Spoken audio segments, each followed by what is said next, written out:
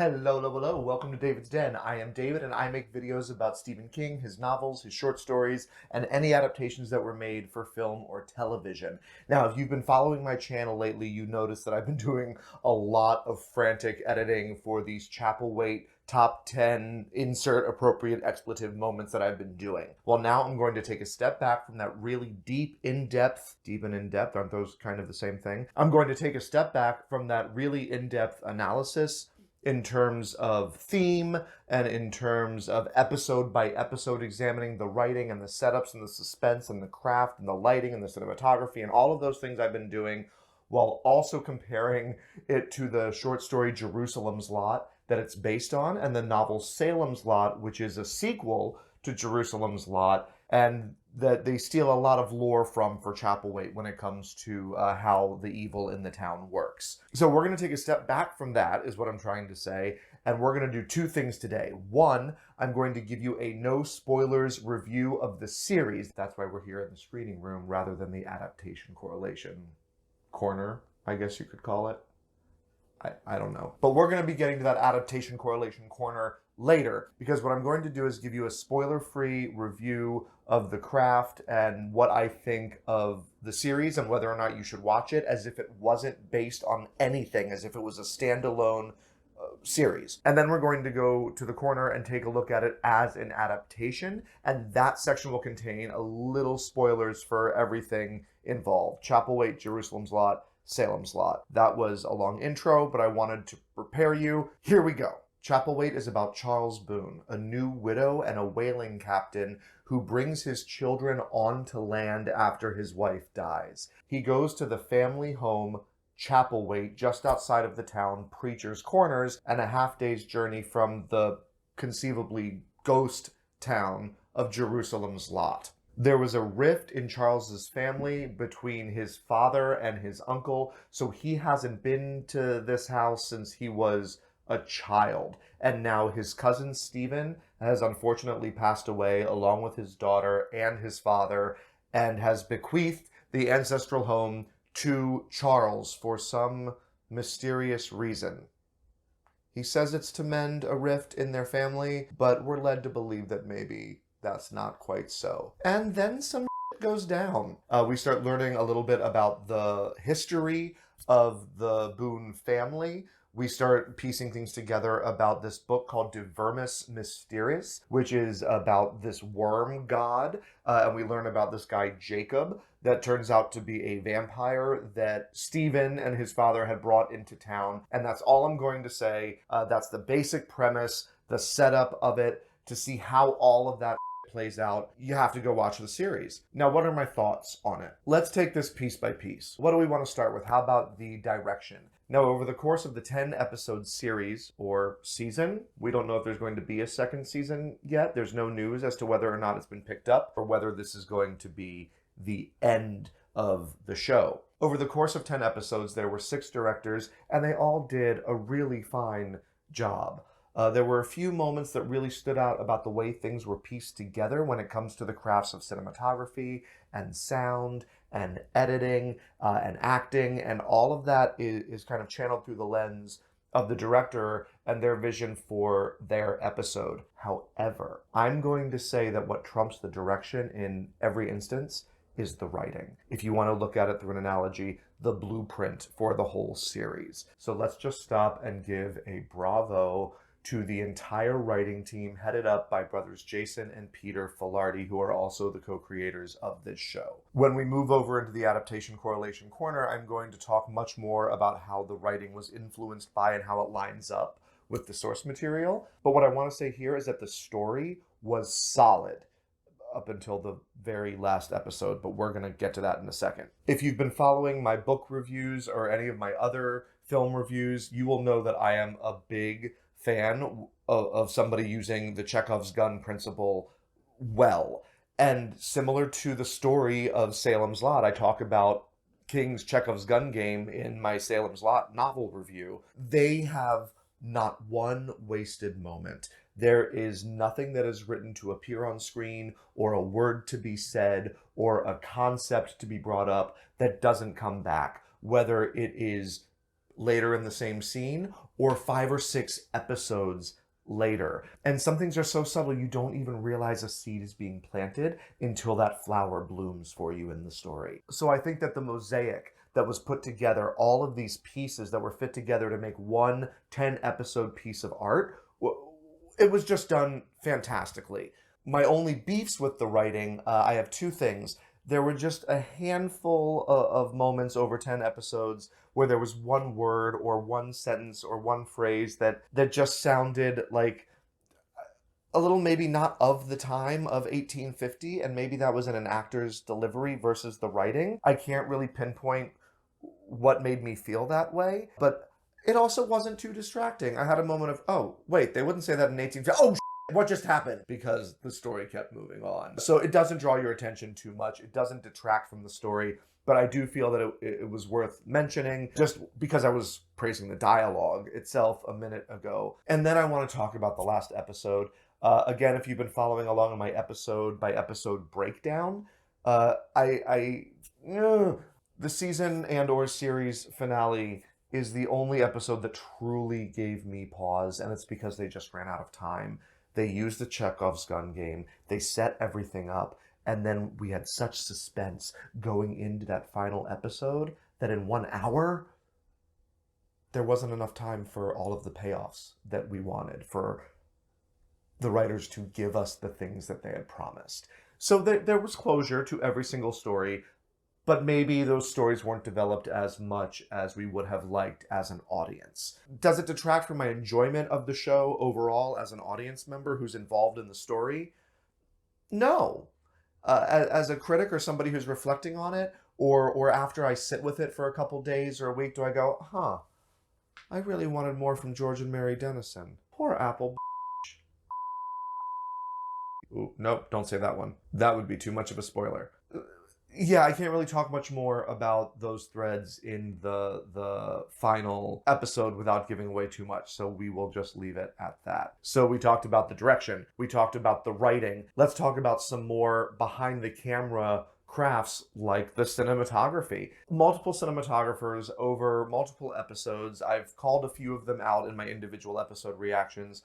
Overall, it's just stunningly beautiful. They filmed in gorgeous locations that the cinematographers knew how to capture. They knew what light to get in there. Whoever did the color grading, especially on the vision that Charles has in the episode titled De Vermis Mysteris, all I'm gonna say, mwah. And more than just being visually beautiful, the cinematography aided in telling the story. There were a number of times that the person speaking is who we wanted to be paying attention to, but that camera drew our focus somewhere else, to another character, to a set piece or a prop, something that they were talking about. And story and plot lines just clicked in our heads because of the visual storytelling. And that has as much to do with the cinematography as it does with the art direction and the production design and set decoration, all of those things that kind of get lumped together into that grouping of production design. The visual storytelling is strong through all of Chapelwaite. And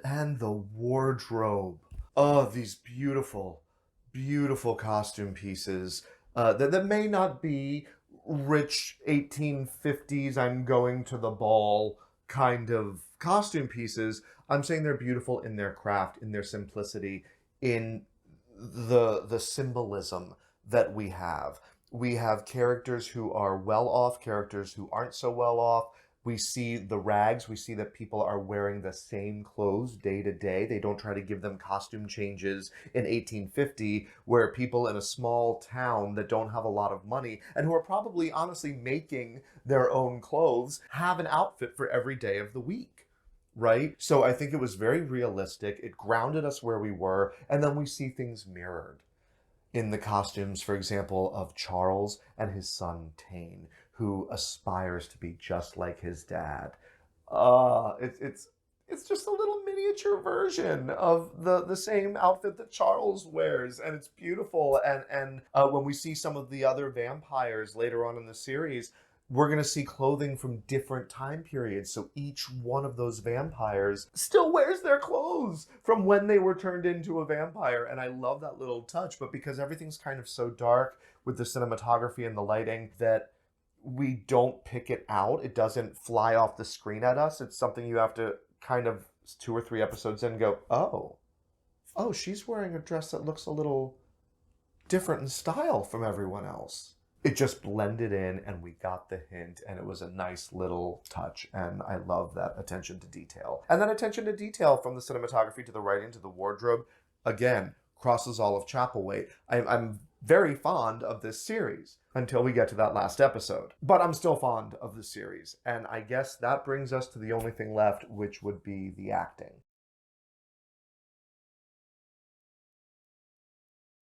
I have a lot of fantastic things to say about this topic, and I have a lot of things that I hesitate to say because I love the show and I don't want to talk ill about it, and I approach everything from the lens of constructive criticism, not trying to put anyone down. I want to say that right off the bat. And I wasn't upset with any of the performances.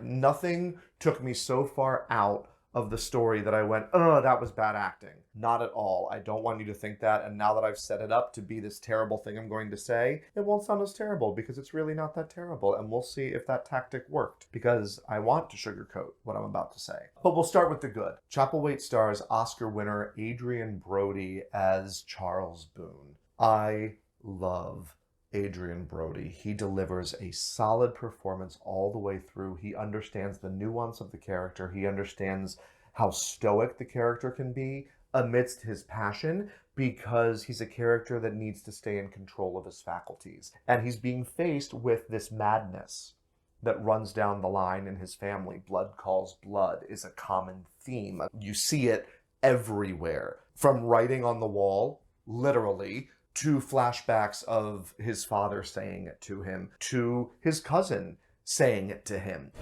Blood calls blood, son. We will break. The book will win.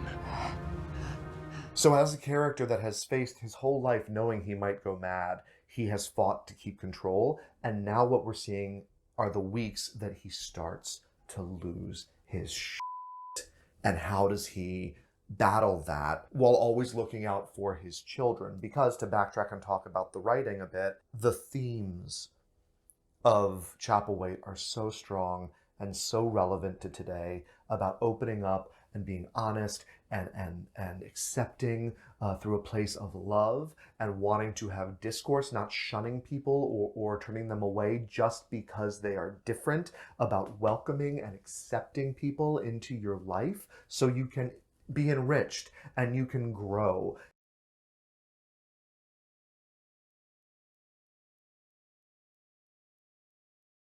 And yes, this is taking place in 1850, and we see it mostly through the racial element and through the women's place in society kind of element. But that doesn't mean that it's not thematically relevant to today when we look at it on a broader spectrum, with those two groups, or the Boone family itself, representing anyone who could be classified as other. This is the story that Charles is going through, this struggle, this fight of staying accepting and staying loving, while also not putting up with the shit of everything that's taught to people through their lives.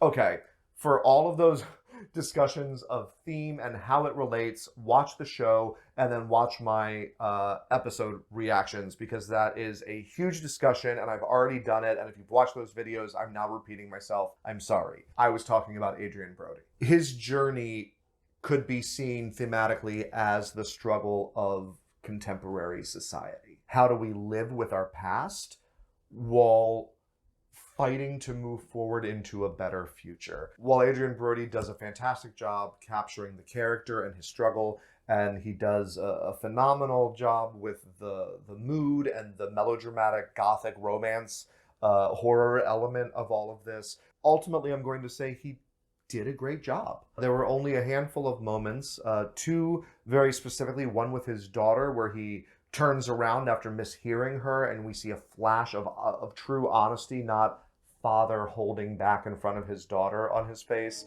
Stay away from Stephen Boone. He means you harm. Could he do any worse than this?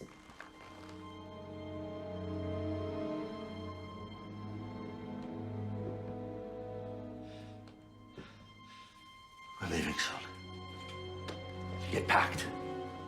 And then there's a moment in the finale where he makes the final decision of the storyline, where Brody really took advantage of what I like to call as an actor the magical moment. That moment where no one else is around, or the person in the scene with you has their back turned, and something is said, something is done, that there's a reaction where the honesty can come out to tell the story for us, the audience, when a character may otherwise retain a mask. Brody had some wonderful moments through Chapelwaite. Now, the female lead, if you want to say that, I don't really, it's so hard to say there's a lead because this is such an ensemble piece. Charles Boone is the main protagonist of the series, so we'll call him the lead. If there is a female lead, it would be his kind of romantic interest, although it doesn't get in the way of the plot. It's just kind of a thing on the side, is Emily Hampshire. Okay, I thought she did a fantastic job. I believed every moment of her performance. There were also some fantastic magic moments from her. I'm thinking specifically at the end moment in the finale where she's trying to keep her together after crying and somebody else walks in the room. The moments that she has through the series with her father. Is there any man left inside you? Emily Hampshire turned out a great performance, but I also look at her performance and say, I wonder if she was the best actress for that role. I can't quite put my finger on it. I don't know if it's something too contemporary about her style in a period piece, but at the same time, her character represents the progressive female, a woman who went to college in 1850 and has a job writing for a magazine. So that could lend itself to the character being a little bit more progressive and modern seeming in terms of mannerisms. Although, you know what, I think that's what it was, is that she didn't have those mannerisms. We saw a stiff actress trying to hold herself into the position of a woman in 1850 in society, while the character's language and dialogue and perceptions were moving forward. So I think that if she had loosened up just a little bit more, I would have bought it, or if she had gone a little bit more rigid and chosen a little more carefully when to show those more kind of spunky sides of herself. I just think there was an imbalance there, and I think that she turned out a great, honest performance. I just wonder if maybe she was the best casting choice. Completing what I guess you would call the main cast would be the three children, the three Boone children, and what fantastic performances from such young actors. Ian Ho plays Tane, the youngest child who wants to be like his father. It's going to sound! Instantil! Down top, gallant! This is a young kid whose character went through some horrific circumstances, and he committed fully with the imagination that only a child has and that every adult actor spends their life trying to get back, to quote a theater teacher of mine from high school. Serena G, because this is what her name looks like on paper, and I have about 5 different ways of spelling that in my head, and I don't want to f it up. So I'm just going to call you Serena G. She plays Loa, the middle child, and there's a lot of that goes down with Loa in this storyline.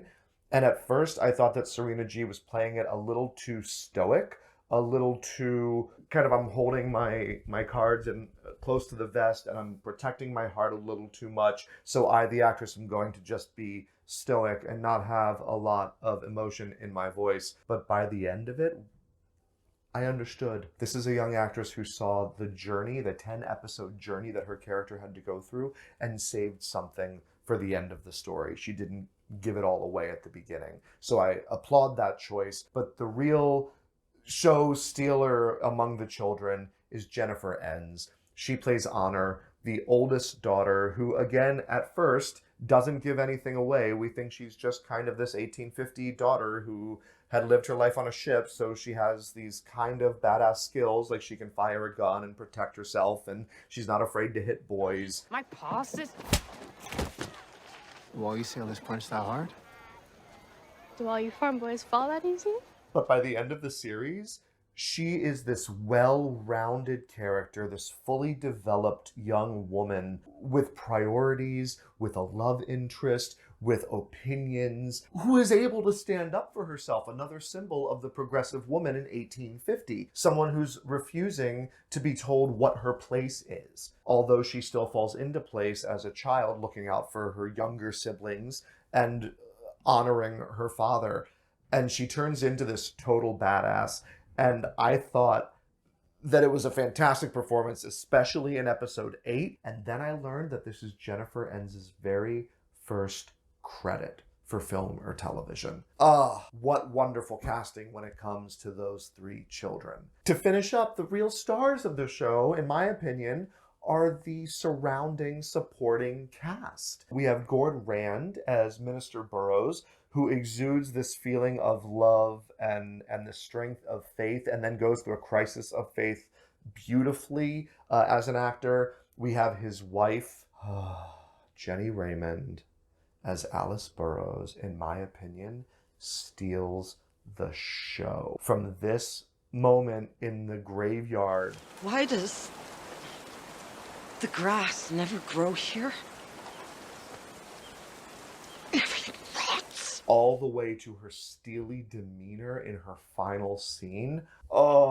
Jenny Raymond's performance in Chapelwaite is not large enough, but if it were any bigger, it would have gotten in the way of the story. So kudos to the writers for not embellishing the Burroughs storyline any more than you did. I just wanted more of her. She is a masterclass in subtext. And we might be getting to do an interview with Jenny Raymond soon. Keep an eye out, subscribe to the channel so that way you don't miss it. I'm not feeling quite all together. So yes, we will talk much more about Ms. Raymond to her face, and I can't wait for it. Part of the Burroughs storyline is Faith. Briony Merritt, who did a wonderful job as this seemingly naive drifter with a mysterious past who may know a little more about the world than we think she does. And we get concrete evidence of that the first time we see her with Genevieve de Graves, who is wonderful as the sexy, sultry, dangerous, sinister apple. Okay, she's credited as Apple Girl, but after some Instagram comments with Jennifer Enns, she became Apple, and I'm allowed to say that even though I stole it from the cast. So, thank you, cast, specifically Jennifer Enns. But we start learning more about Apple toward the end of the series, and she does a fantastic job, again, similar to Serena G, of not forecasting where her story's going, but also mapping the progression of her story from the very first episode. We get the extended Boone family. We get Julian Riching as Uncle Philip and Stephen McCarthy as Cousin Stephen, who both do a wonderful job at the sinister, vampiric nature of who they have become. Julian Richings is one badass motherfucker as Philip. He's cold as ice. Stephen McCarthy is much more human in his portrayal of Stephen, if still just as hard-headed about what he wants. One day it will happen, Charles. He shows a certain element of love and holding on to what was important to him when he was alive that gives his performance a touch of nuance that I really appreciated. Then we have Devonte Sway and Michael Huff, I'm not quite sure how to pronounce this last name either, who play an employee and foreman, respectively, for the sawmill that the Boones own. They give fantastic, very polar opposite performances. And Devonte Sway also does a great job with the young high school romantic love interest that has an element of interracial problems, I guess you would say, in 1850 society, that again can be seen as commenting on the things we are talking about very much in the forefront of society today. If I was caught kissing a white girl, I'd be strung up. I'm not white. White enough to get me killed. And then finally, this brings us to George and Mary Dennison, played by Hugh Thompson and Trina Corkum. Both wonderful, fantastic performances. Trina Corkum was another one that I thought was a little laid back at the beginning, but again, it turned out she was just giving herself somewhere to go, and boy, does that character and just the couple's plotline have somewhere to go. Hugh Thompson has this amazing internal life We don't even find out most of his history until the last half of the series, most of it even in the last quarter of the series, I would say. But we live with the actor's knowledge of his history right from the very first episode, the very first interaction between the two of them. And ultimately, my only problem with the Dennisons is I wanted more. I think that they are such a fascinating couple, played by two wonderful, wonderful actors. And I just wanted more time with them. I wanted to live with them. I wanted to get to know them. They're just nice people that I would want to be friends with if they were real. And we didn't get that. I mean, we got enough of it. We got enough of their story to care, to be invested in how their story ends. God, I almost gave away some major spoilers there. But if they had added any more of the story, it would have gotten in the way of the plot, and I would be saying the exact opposite. I'd be saying, oh, I guess we're with George and Mary again. I mean, the actors are doing a good job, but ultimately I wanted more. I don't know how they could have done it. So to wrap up my review of Chapelwaite as a series, will you want to watch it? Yes. Does it have some problems? Yeah. It does. What series doesn't? Especially the first season of a series where writers are trying to learn the actors and actors are trying to learn the style, and there's a different director with every single episode. Yet there's a coherency to Chapelwaite through the entire first season. I felt like we were watching one story written by one person, directed by one vision. What a fantastic team that brought this together. So while I can't give it a perfect 5 out of 5 stars, I am going to give it a solid 4 stars out of 5. And I think you should watch it. And now my literary professor jacket is back on because we are in the adaptation correlation corner, and I want to make sure everyone heard that warning from the beginning. From this point on, there will be some spoilers. I'm going to keep them minimal, talking broadly about the short story Jerusalem's Lot and the novel Salem's Lot and the show Chapelwaite, episodes 1 through 10 of the first season, maybe only season. So if you don't mind some light spoilers that won't ruin the story for you, please, I'd love it if you'd stick around. If you are one of those people, go read the short story, read the book, watch the series. The video's still going to be here when you get done. Go ahead, I'll wait.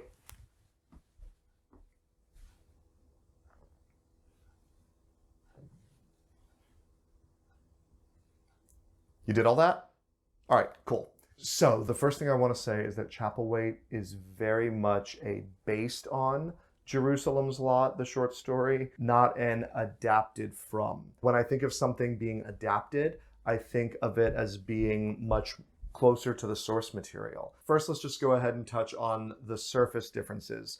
Charles Boone is still named Charles Boone. He's still a widow, but in the short story Jerusalem's Lot, he was never a whaling captain. His wife died, he fell ill, and has been offered the home Chapelwaite from his cousin Stephen, similarly to the show Chapelwaite, but the circumstances are a little bit different. He shows up there, just him and his manservant Cal, who may or may not also be a lover. There are some hints that maybe their friendship rides a little deeper than just a caretaker or a manservant, but it's also written in an epistolary style through these letters to his friends, and if they were closeted in 1850, we're not going to see that come out directly stated. I'll leave that up to your interpretation of the story. Cal doesn't exist in Chapelwaite, the series. Instead, we get his wife dying at sea and then him immediately going to Chapelwaite instead of there being any time or illness in between. Charles is a strong, healthy man, and he has 3 children, where in the short story Jerusalem's Lot, there are no children. His family doesn't own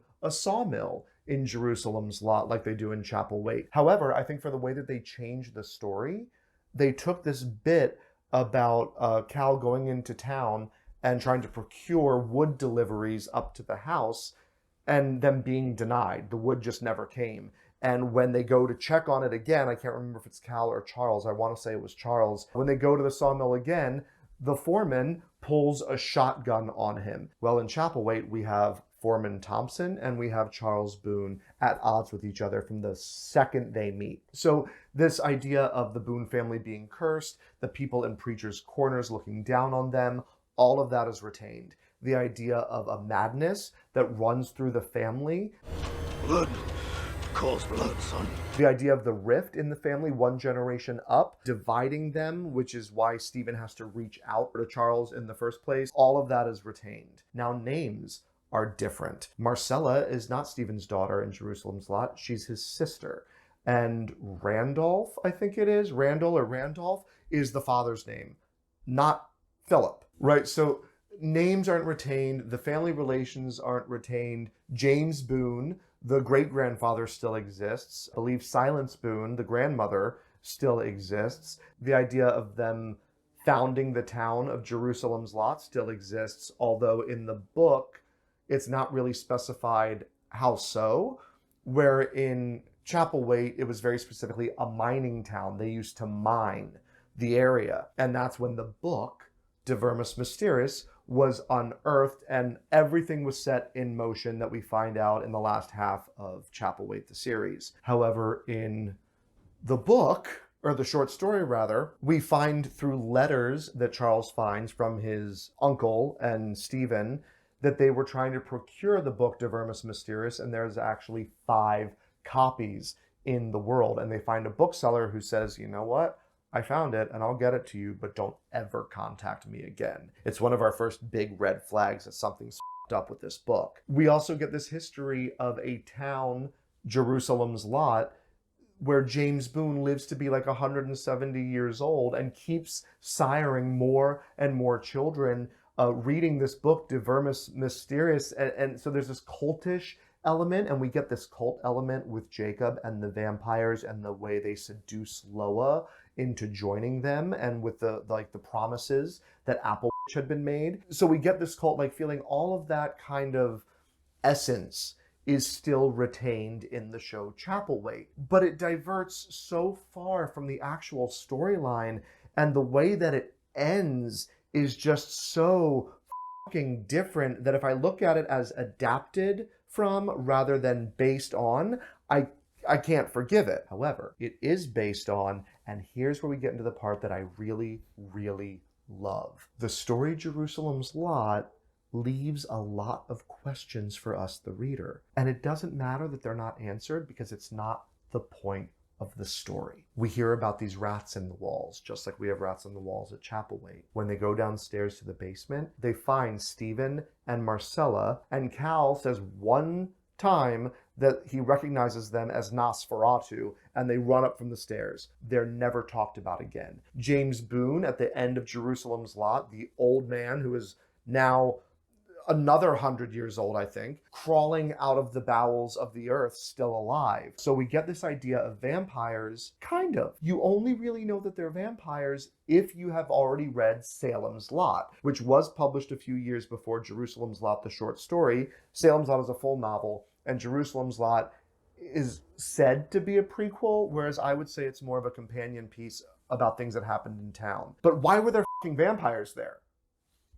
It's never explained. So I think what Chapelwaite does is it says, why were they living in the walls of the house? What else could we do with that basement? What was going on in the abandoned town of Jerusalem's Lot? And James and all of his cult followers, did they all turn into vampires? What is going on? So what happened was Jason and Peter Filardi and the rest of the writing team took so much of the vampire lore from the novel Salem's Lot, the way that people are drained nightly until they die and then awaken as vampires, rather than just being bitten and turned immediately. The idea of family members and friends returning to the ones that they love to turn them, and how it gets exponentially faster every night. People turning into vampires in the town, or catching the plague that is going around town. Mary Dennison has the bone pox. Nothing more. Help me! And oh my God, I forgot to talk about Sam. Eric Peterson as Samuel Gallup, who gives us this almost one-dimensional, hard-nosed look at a militant pastor, former pastor of the church in Preacher's Corners, until by the end we realize he's holding on with every bit of his being to a semblance of what he knows in the face of an ever-changing world. And the Boone family is specifically what he sees as a threat. I've lost everything to you Boones. I have nothing. So again, that ties into my portion in the screening room on theme and acting. There you go. Now I lost what I was talking about here. I really just totally had a brain fart and lost where I was. Oh, we were on the lore. So what Chapelwaite basically does is say, what the hell is going on with this worm god religion that we get a hint of in a very Lovecraftian story that Stephen King has written us. And if it takes place at the same time of year, and it takes place in the same location as this novel Salem's Lot, and we know there's a correlation between them with these vampires, but nothing is directly stated. How do vampires fit into worm god religion? And that coming together is what Chapelwaite the series attempted to answer, the new spin it attempted to give on these stories. So as an adapted from Jerusalem's Lot, the short story, I would have to give this like a 1.5 stars. I'm sorry, I do. It's just so vastly different from the short story. But if you say based on the short story, I'll go up to about a 2.5 stars. But if it were officially based on the short story Jerusalem's Lot and the lore from the novel Salem's Lot, if both of those had been credited, I would give Chapelwaite a full 3-star rating as an adaptation. It just veers too much from the original storyline for me to give it a full 5 stars in good faith. As much as I love it, as much as I love the short story Jerusalem's Lot, and as much as I love the novel Salem's Lot, I feel like I would be doing both of those original source materials a disservice if I rated this any higher. But as a viewer, I think that all 3 of these things are great companion pieces to one another. I think maybe Salem's Lot stands on its own, and Jerusalem's Lot isn't a prequel to it so much as a companion piece. And then Chapelwaite is based on Jerusalem's Lot and a companion piece to Salem's Lot. It's just that Charles has kids. So, I mean, what can you do?